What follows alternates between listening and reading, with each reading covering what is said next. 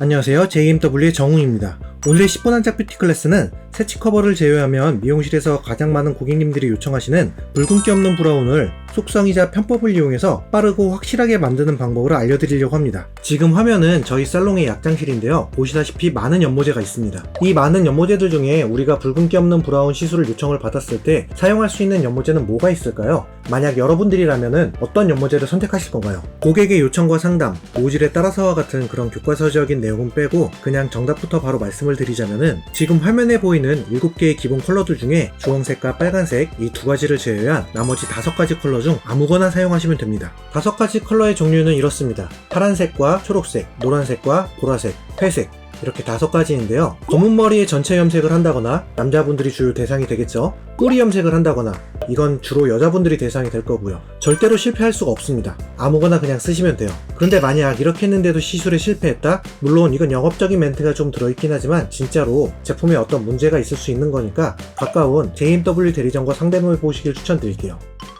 자, 우선 명도자를 이용해서 이렇게 모발의 밝기를 잘 체크해 두시면은 아까 이야기한 것처럼 5가지 컬러 중 아무거나 사용해도 어지간해서는 붉은기 없는 브라운이 절대로 실패하지 않는데 조금 더 확실한 결과 보장 겸 여러분들의 염색 실력 향상을 위해서 살짝 디테일한 설명을 더 드려보도록 할게요. 먼저 3번 노란색에 대한 설명입니다. 붉은기 없는 브라운을 만들 때 이 노란색은 모발이 얇은 연모분들에게 먼저 추천을 드려요. 오늘의 강의는 속성 지름길 강의이기 때문에 자세한 설명은 제가 생략하도록 하겠지만 우선 외워두시면 좋습니다. 3번 노란색은 굵은 모발에 써도 상관없는데 얇은 모발에 썼을 때 만족도가 훨씬 더 높다는 거. 이제 그러면은 남은 컬러는 파란색과 초록색, 보라색과 회색 이렇게 4가지 컬러가 남게 되는데요. 이 4가지 컬러는 사실상 검은 모발에 도포했을 때는 눈으로 결과 색상만 보고서 어떤 제품을 써서 염색을 했는지 알아보는 게 사실상 정말 어렵습니다. 그래서 말 그대로 아무거나 사용하셔도 되고 필요에 따라서 2번 초록색만 제외하고 모두 혼합해서 사용하셔도 괜찮아요. 1번을 쓰시던 7번을 쓰시던 둘 다 혼합해서 사용하시던 붉은기 없는 브라운이 목적이라면은 결과물에는 거의 차이가 없습니다.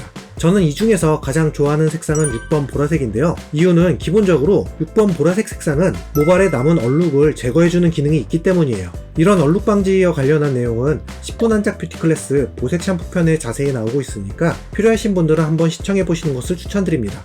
어쨌든 6번 보라색은 도포와 동시에 기본적으로 모발에 남아있는 얼룩을 제거해주는 역할을 하기 때문에 7번 회색과 혼합해서 사용하기에도 좋고 이렇게 1번 파란색과 혼합해서 사용하기에도 굉장히 좋습니다.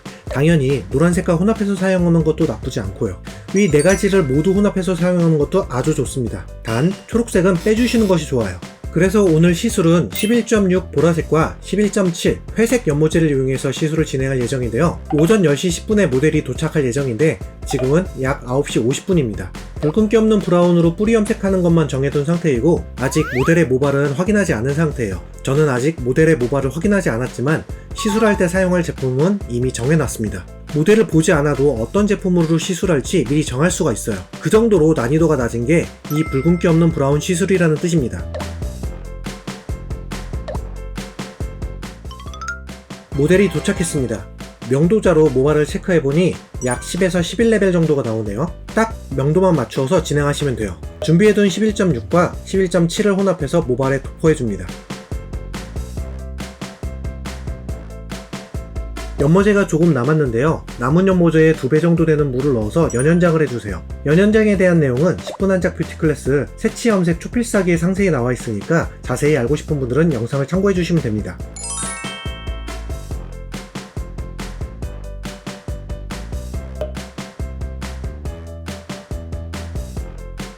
결과 영상입니다. 앞에서 제가 설명한 내용을 제외하고 결과물만 보시고 보라색과 회색을 이용했다는 것을 유추하실 수 있는 분이 계신가요? 어떤 디자이너 선생님에게 물어봐도 어떤 색을 섞어서 염색했는지 다 모르실 거예요. 그래서 붉은기 없는 염색 시술이 살롱에서 할 수 있는 가장 쉬운 염색 중 하나예요.